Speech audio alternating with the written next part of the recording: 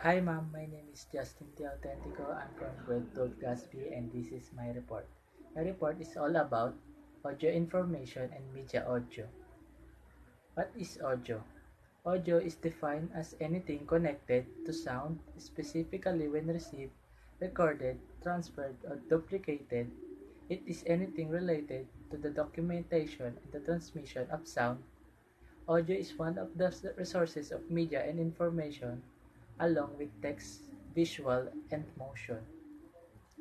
These are the types categories of audio information, and these are the several types of audio file.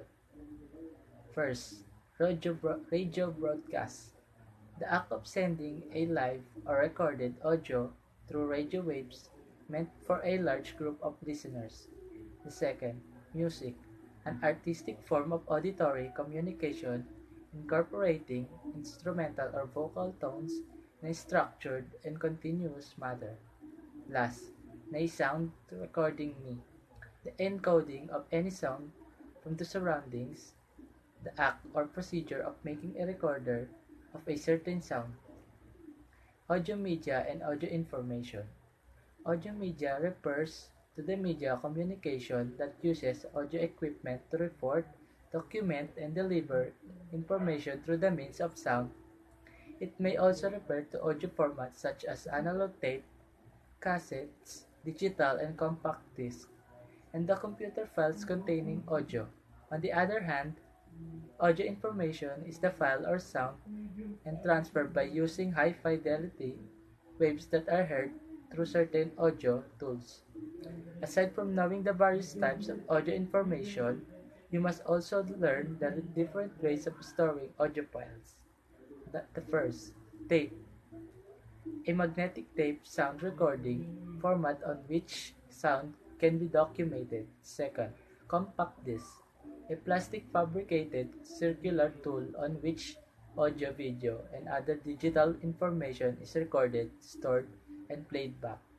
Third, USB flash drive is an external hard disk drive small enough to fit on a keychain that can be plugged into the computer USB port. Sound clip or sound effect. The sound aside from the dialogue and music artificially made to create an effect in a movie play or other broadcast production. Audio podcast, an episodic series of digital audio or video files or recording that can be downloaded by a user from a website to a media player or computer to listen. Now before we save our audio files, we need to consider first the numerous audio files format. MP3 or MPEG Audio Layer 3, a coding format from consumer audio as well as a mean of sound sequence comprehension for the transmission and playback of music on most digital audio players. Second, M4A or AAC, a file extension for lossy digital audio compression. WAV or Waveform Audio File Format. The Microsoft Audio File Format standard is for the storage of digital audio data on personal computers. WMA, without Windows Media Audio, a file extension developed by Microsoft and used with Windows Media Player. Memory card, a small flash drive used to save data such as audio, files, pictures, text, and videos for use on small portable or remote computing device. Second, computer hard drive, a secondary data storage device for saving digital data. And the last, internet or cloud, a wide network of remote servers in the internet meant to operate as a storage and retrieval of audio files and other computer data. A friendly reminder, hearing versus listening. Hearing is simply the act of perceiving sound by the ear. If you are not hearing impaired, hearing simply happens. Listening, however, is something you consciously choose to do. Listening requires concentration so that your brain processes meaning from words and sentences. Listening leads to learning. Characteristic of a sounds. The following are the characteristics of sound. Number 1, volume, the force of a sound. Number 2, tone, the musical or vocal sound of a defined quality. Number 3. Pitch, the degree of highness or lowest of a sound. Number 4. Loudness and the feature of a sound that determines the degree of the auditory sensation produced. The following are the some purposes of using sounds or media in facilitating learning. First, this enables the learners to listen to the ideas and views of the experts and the other reliable people. Second, this allows learners to listen to learning materials like speech. Third, this serves as alternative guides for the listeners or learners when they are doing their tasks such as experiment, and this grant the learners audio files of important past event or sounds from the settings that the learners cannot personally visit. Purposes of using sounds or audio media. Audio media have a vital role when it comes to the teaching and learning processes. Some learners are auditory learners. These learners who better understand lesson by listening to the content and the concept that they need to grasp. This is the reason why it is important to the audio media along with text and the visual media, since they will take the lesson more motivating for learners. Elements of sound designing are the elements that one must work with a produced soundtrack. Dialogue, a composition in the form of conversation between two people. Second, the sound effect.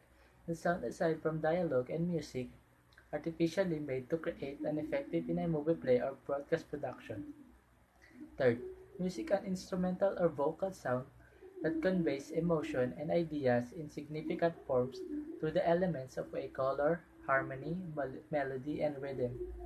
The last, silence, the complete absence of noise or sounds. Elements and the principles of sound design.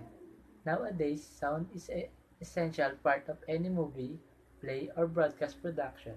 A well-created soundtrack makes the audience enjoy any dramatic presentation.